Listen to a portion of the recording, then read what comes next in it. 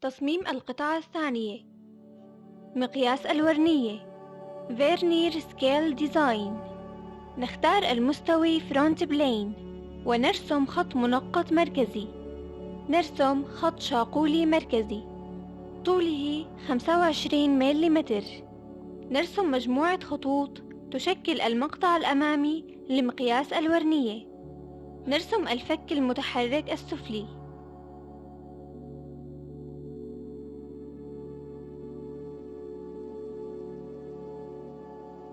ونضبط الأبعاد.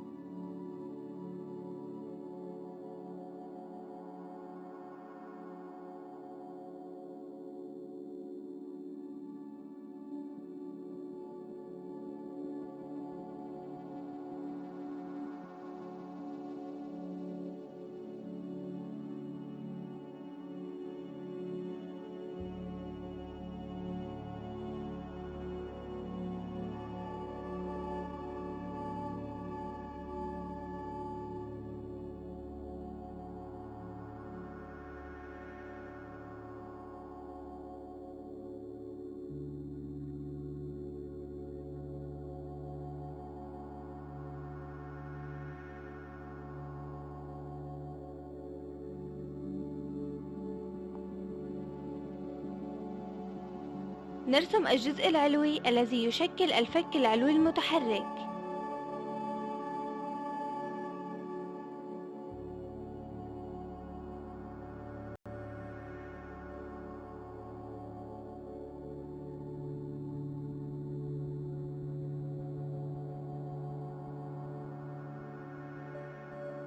ونضبط أبعاده.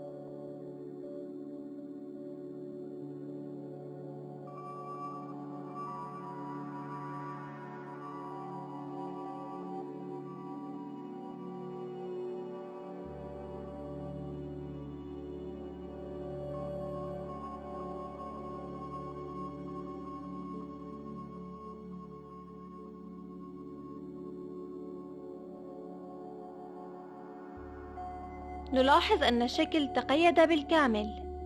من فيتشر نختار اكسترويد باس مد بلين بقيمة 5.5 ملم.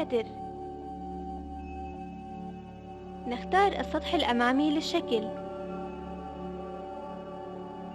نرسم مجموعة خطوط متعامدة.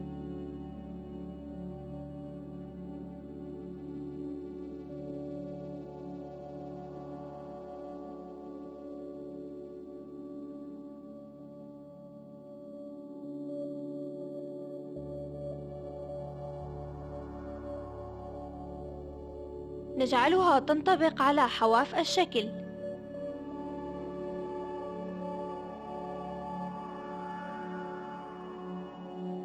ونضبط الأبعاد.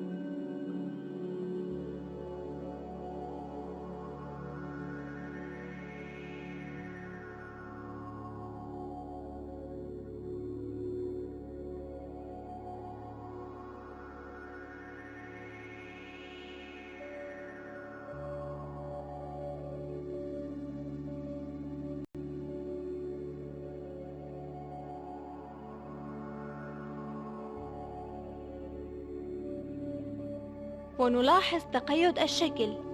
من فيتشر نختار اكسترويد كات بقيمة 3 ملم. ننتقل لرسم ثقوب التثبيت. نختار السطح الأمامي للشكل ونرسم 3 دوائر ونجعلها متساوية equal.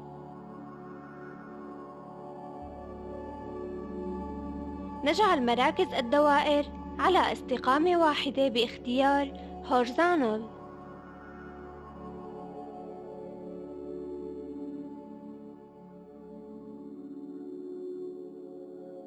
ونضبط الأبعاد.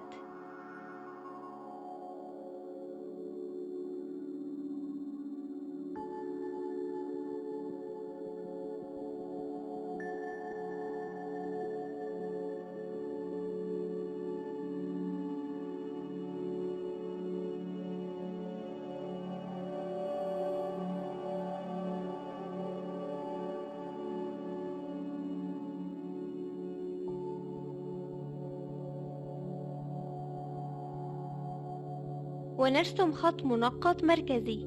نختار Mirror. ضمن Mirror About نختار الخط المركزي، ثم نحدد الدوائر المطلوب انعكاسها. من Feature نختار Extrude Cut بقيمة 1.25 ملم. نختار السطح السفلي للشكل.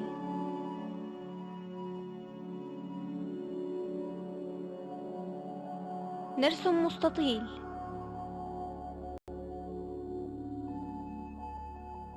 ونضبط أبعاده.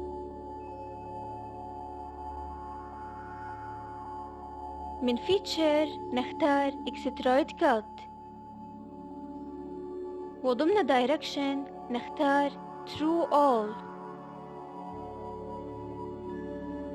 ننشئ مستوي جديد موازي للسطح السفلي ويبعد عنه مسافة 34.75 ملم. نختار المستوي الجديد. نرسم مثلث قائم ضلعاه ينطبقان على الحواف. نحدد الزاوية 26 درجة. من Feature نختار Extrude Cut بقيمة 13.25 ملم. لإزالة الشكل المتبقي نختار سطحه الجانبي. نحدد حوافه. من Feature نختار Extrude Cut ونختار Up to Surface ونحدد السطح المائل. ننشئ مستوي جديد موازي للسطح العلوي ويبعد عنه مسافة 17.5 ملم.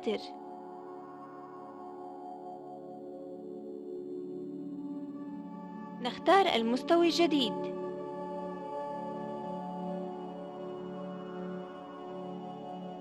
نرسم مثلث قائم ضلعاه ينطبقان على الحواف. نحدد الزاوية 26 درجة. من Feature نختار Extrude Cut بقيمة 12.5 ملم. ننتقل لرسم ثقوب التثبيت. نختار السطح العلوي للشكل ونرسم 3 دوائر. نجعل مراكز الدوائر على استقامة واحدة باختيار Horizontal ونضبط أقطار الدوائر.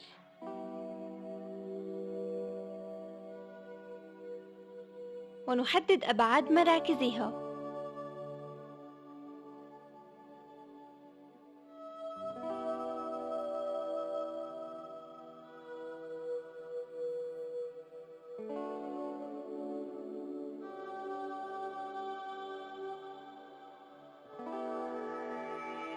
من Feature نختار Extrude Cut وضمن Direction نختار Up to Next.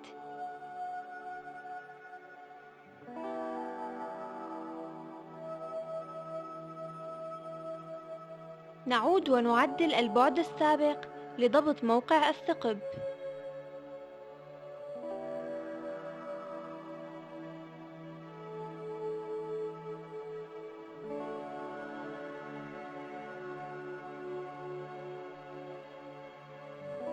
ونحدد اللون حسب المطلوب. وبالتالي نكون قد انتهينا من تصميم مقياس الورنية.